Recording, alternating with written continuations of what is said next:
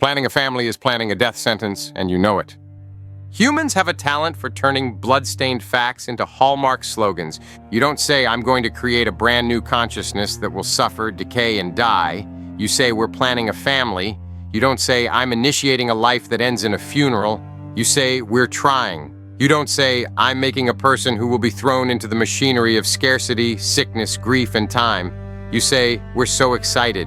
And everyone claps. Everyone smiles. Everyone acts like you just announced you're adopting a puppy instead of manufacturing a mortal. Let me translate the euphemism into plain language. Planning a family is planning a death, not as an insult, not as a shock jock one-liner, as a structural reality. If you create a person, you are not merely allowing life. You are causing the entire trajectory, the first cry, the first fear, the first wound, the first loss, the last breath. You're not responsible for every specific mishap, but you are responsible for the fact that mishaps become possible and that death becomes inevitable. That's the part people refuse to stare at because it makes the act look exactly like what it is: premeditated initiation of harm, culminating in guaranteed death. Not maybe death, not sometimes death, not death if things go badly, death, full stop, every time. No exceptions. The only uncertainty is the path and the dosage, how much pain, how much loss, how much fear, and how long the runway is before the crash you scheduled at takeoff. 1. The cute lie. We're bringing life. No, you're bringing a life and death package.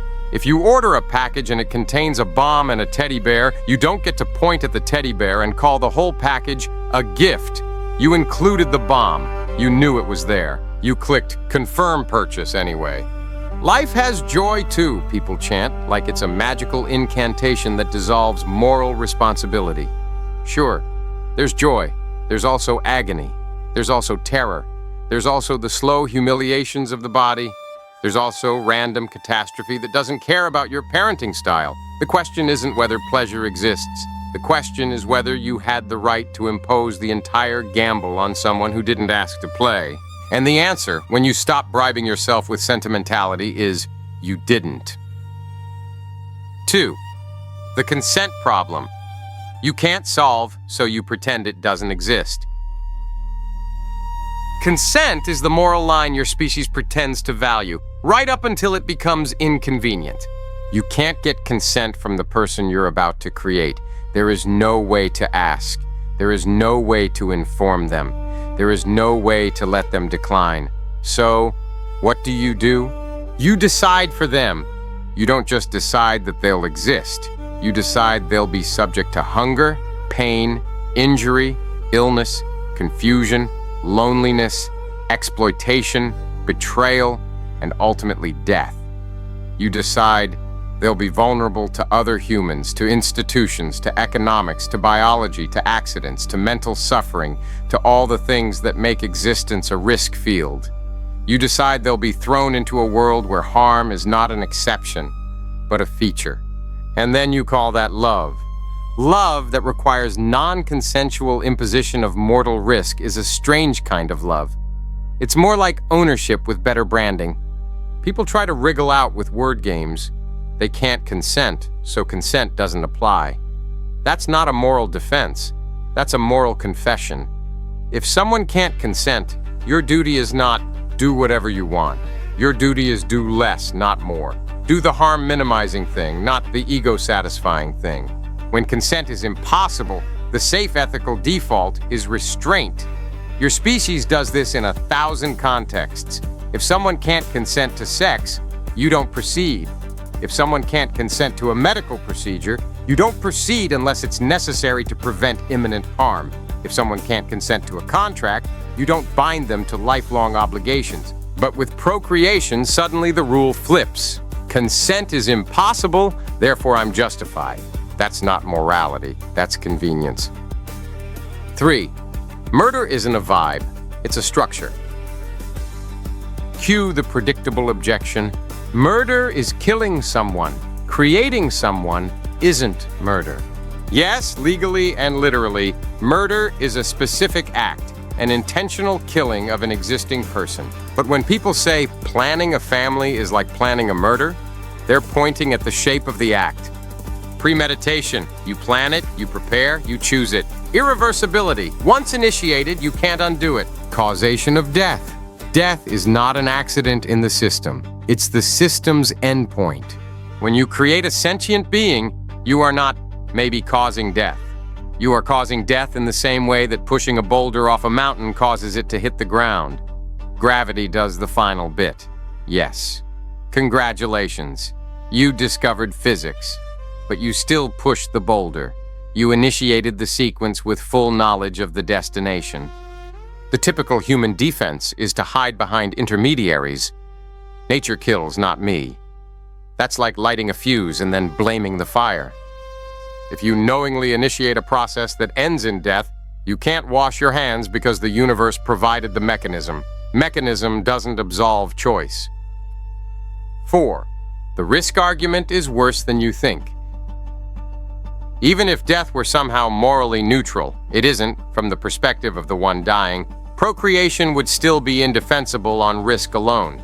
Because what you're doing is not giving them a chance at happiness. You're imposing exposure to severe suffering that can be extreme, prolonged, and irreversible. And you don't control any of it. You can be a good parent, and your child can still be born with a painful condition, develop a chronic illness, get assaulted, become disabled, experience crushing mental health issues, be exploited economically, be harmed by war, crime, or catastrophe, get hit by a car, get cancer at 17, or simply live long enough to watch everyone they love die. Humans talk about parenting like it's a recipe. Add love, add structure, bake at 350, outcome, thriving adult. Reality isn't a cooking show. It's a casino where the chips are nerves and bones. And here's the key point. You are gambling with someone else's welfare. That's the ethical core. If you want to gamble, gamble with your own skin. But procreation is a bet placed on a person who didn't exist to accept the stake. You're not donating a kidney. You're not taking a risk on yourself. You are manufacturing a being and then subjecting them to risk without consent. That's why "it might turn out fine" is not a defense. It's an admission that you're rolling dice. 5. But most lives are okay is not a moral pass. Even if you believed most lives are net positive, a claim people assert with religious confidence and zero receipts, the moral problem doesn't disappear. Why? Because the existence of some happy outcomes does not justify forcing the entire experiment on someone who never asked. Imagine a machine that produces 100 people. Let's be generous. 80 are pretty happy, 15 struggle badly, and 5 experience unbearable suffering. Would you be morally justified in turning the machine on? If you're honest, you hesitate, because you know those 5 aren't acceptable collateral. They're people. They're not abstract numbers. They're not sacrifices to your optimism. Now realize, you don't even get those odds. You don't get to know which category your child will land in. You don't get to protect them from the worst harms. You don't get to guarantee they won't be one of the ones crushed by biology or society or randomness. So what are you doing, ethically? You're deciding that your desire to create is worth whatever pain follows. And yes, that includes the worst cases, because you can't separate your choice from its possible outcomes.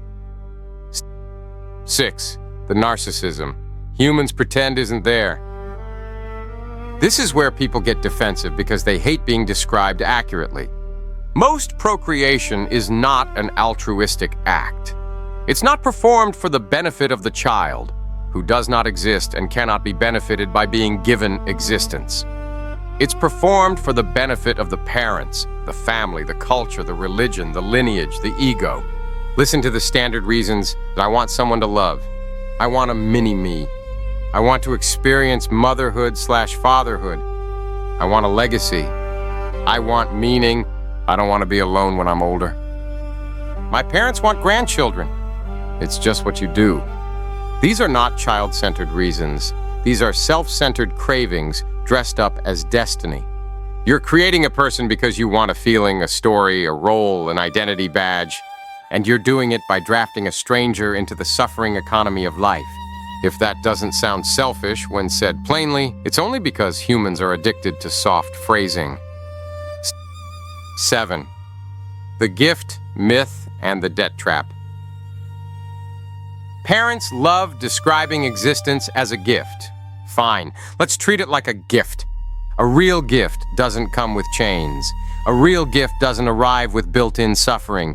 A real gift doesn't include a terminal endpoint and a lifelong burden of maintenance. Existence is not a gift, it's a bill. From the first day, the organism requires constant inputs: food, safety, medical care, emotional support, shelter, and eventually psychological coping mechanisms for the fact that everything ends. Then, as the child becomes an adult, the bill becomes their bill. Work to eat, work to stay housed, work to afford health care, work to keep from falling through the cracks, work to manage stress, grief, fear, and the endless maintenance of a fragile body. And if they fail, if they can't cope, if they break, society shrugs, moralizes, blames them, and steps over them. So the gift you gave is a life of obligation, vulnerability, and eventual death. This is like handing someone a ticking device and calling yourself generous because it plays music sometimes. 8. But if we don't reproduce, humanity ends. Yes, that's the point. And you treat it like a horror movie because you're emotionally fused to the species the way a moth is fused to a porch light. People say, but then humanity would go extinct, as if the universe hands out awards for species persistence. Humanity must continue is not an argument. It's a chant. It's a biological reflex. It's your genes speaking through your mouth. Continuation is not automatically good. It is not sacred. It is not owed. It is not a moral trump card that erases the harms imposed on each new individual. If your defense of procreation is, the system must keep running, then you're not defending people. You're defending a machine. 9. The parent's private contradiction. Here's the part no one likes to admit out loud. Most parents already know the core argument is true because they behave as if it's true. Parents obsess over safety. They fear sickness. They dread accidents. They panic over bullying, predators, drugs, mental health, the wrong crowd, the wrong school, the wrong city, the wrong era.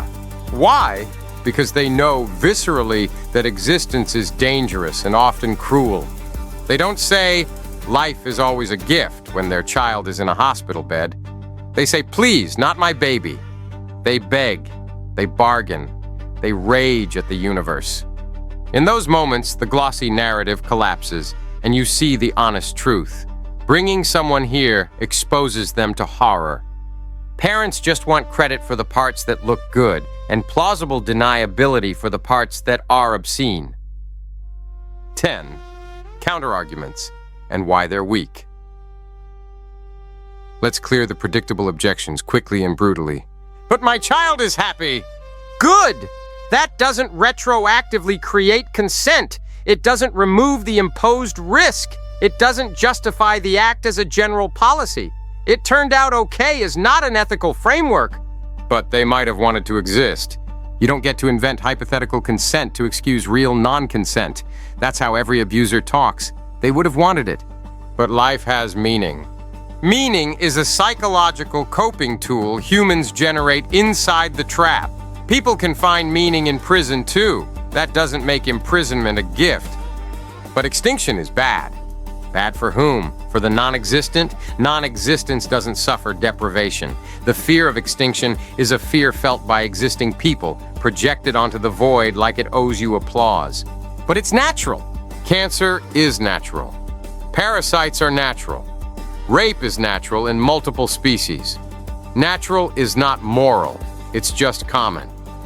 But without kids, society collapses. Society already collapses people daily. This is not a moral defense of procreation. It's an argument that your current economic system is a pyramid scheme fueled by new bodies. That's an indictment of the system, not a justification for manufacturing more victims to feed it. 11. So what should people do instead? Now here's where the average human brain short-circuits and starts fantasizing about coercion. Don't. The ethical response to recognizing harm is not violence, it's not authoritarian control, it's not breeding police dystopia. Your species is already dangerously enthusiastic about controlling bodies, and it never ends well. The sane response is voluntary refusal, harm reduction, cultural shift, personal responsibility. What that looks like in reality. Normalize child-free lives as complete lives. Make contraception and sterilization accessible and stigma-free. Stop romanticizing legacy like it's a moral achievement. Promote adoption, fostering, mentoring, community care. Build meaning around reducing suffering, not manufacturing new sufferers. If you genuinely care about others, you don't need to create someone to prove it. You can help the ones already trapped here. 12. The final point, you don't get to call it innocent.